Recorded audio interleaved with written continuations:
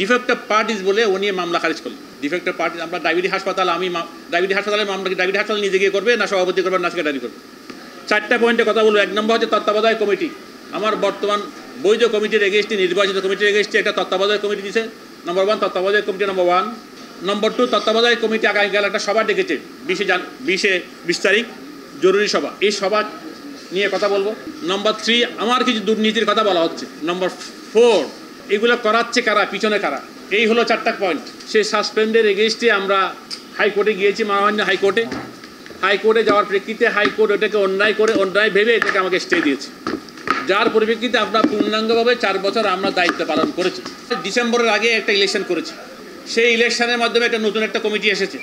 31 December 2020-24 সালের committee dissolved হয়ে গেছে, মেয়াদ শেষ হয়ে গেছে। ওইটা নিয়ে মামলা ছিল, হাইকোর্টে স্টে করে দিয়েছে। সেই মামলার প্রেক্ষিতে আমরা কোর্টে গিয়ে বললাম আমার কমিটির মেয়াদ শেষ, ইন দি মিন টাইম আমাদের ইলেকশন হয়ে গেছে, আমরা দায়িত্ব নিয়ে নিয়েছি 1 তারিখ, সুতরাং এই কমিটির যেহেতু মেয়াদ শেষ সুতরাং আমরা এই মামলা উইথড্রল চাই। মহামান্য হাইকোর্ট ওপেনলি বললো ঠিক আছে, ওকে ফাইন, নো প্রবলেম। বললো আপনারা ডায়াবেটিস হাসপাতালকে পার্টি করেন না, সেজন্য উনি রায় দিলেন ডিফেক্টিভ পার্টিস, মামলা খারিজ। ডিফেক্টিভ পার্টিস বলে উনি মামলা খারিজ করলেন। ডিফেক্টিভ পার্টিস আমরা ডায়াবেটিস হাসপাতাল, আমি ডায়াবেটিস হাসপাতালের মামলা, ডায়াবেটিস হাসপাতাল নিজে গিয়ে করবে না সভাপতি করবে না সেক্রেটারি করবে। এটা অন্যায়ভাবে আসছে, ওরা এই কমিটির উপর বসে গেছে। সুতরাং আপনাকে বুঝাইলাম যে নতুন করে তত্ত্বাবধায়ক যেটা দেওয়া হয়েছে, এই তত্ত্বাবধায়ক এই কমিটির বেলায় প্রযোজ্য না। এটা আমরা কাজ করার জন্য আমাদের আইনত কোনো বাধা নেই, কিন্তু ওনারা জোর করে বসে গেছে।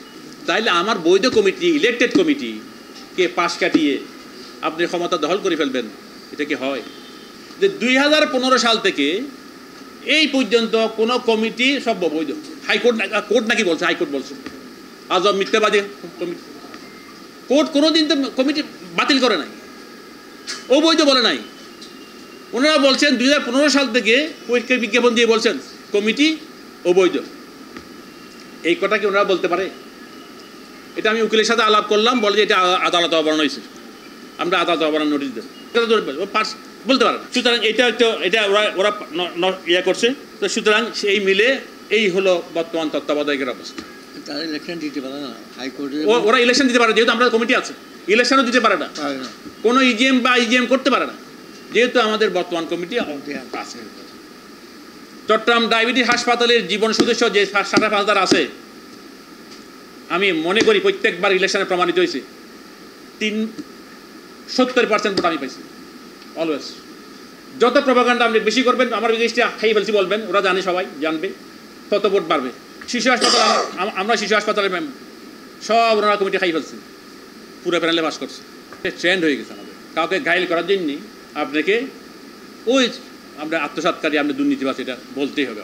কিন্তু ডায়াবেটিস হাসপাতালের জীবন সদস্য অত বোকা না। চট্টগ্রাম শহরে 1 কোটি লোক, 80 লক্ষ লোক বাস করে, মাত্র 5,000 জীবন সদস্য, সব আমরা করছি। সুতরাং ওরা ওই ভুল করবে না। আপনি যত কথাই করেন না কেন, আমি দুর্নীতিবাজ, আমি অমুক, আমি তমুক,